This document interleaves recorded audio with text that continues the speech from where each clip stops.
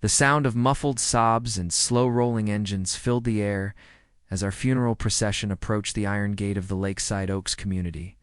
My uncle, a decorated veteran, was being laid to rest, and dozens of cars followed behind the hearse in solemn silence. But as the line of vehicles reached the gate, everything came to an abrupt halt. Standing in the middle of the road was an HOA security officer. A woman wearing a cheap uniform with a plastic badge pinned proudly on her chest.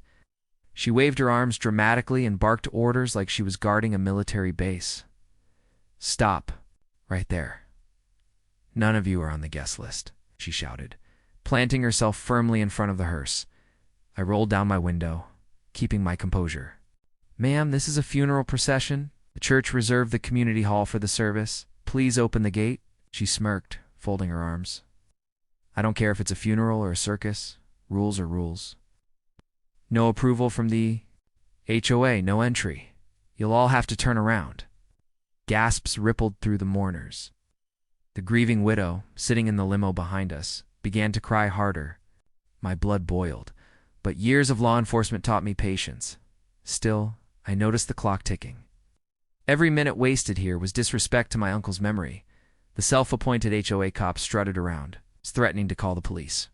If we didn't disperse, that was the moment I stepped out of my car. At 6'2" in my full state highway patrol dress uniform, I was hard to miss. The golden badge on my chest glinted in the sun. "Call the police?" I said calmly, walking toward her. "Good idea. I'll save you the trouble." Her smug expression faltered when she saw my uniform. "Wait. Who are you?" "I'm Chief Daniels. State Highway Patrol. And you just illegally obstructed a funeral procession, which, in case you didn't know, is against state law."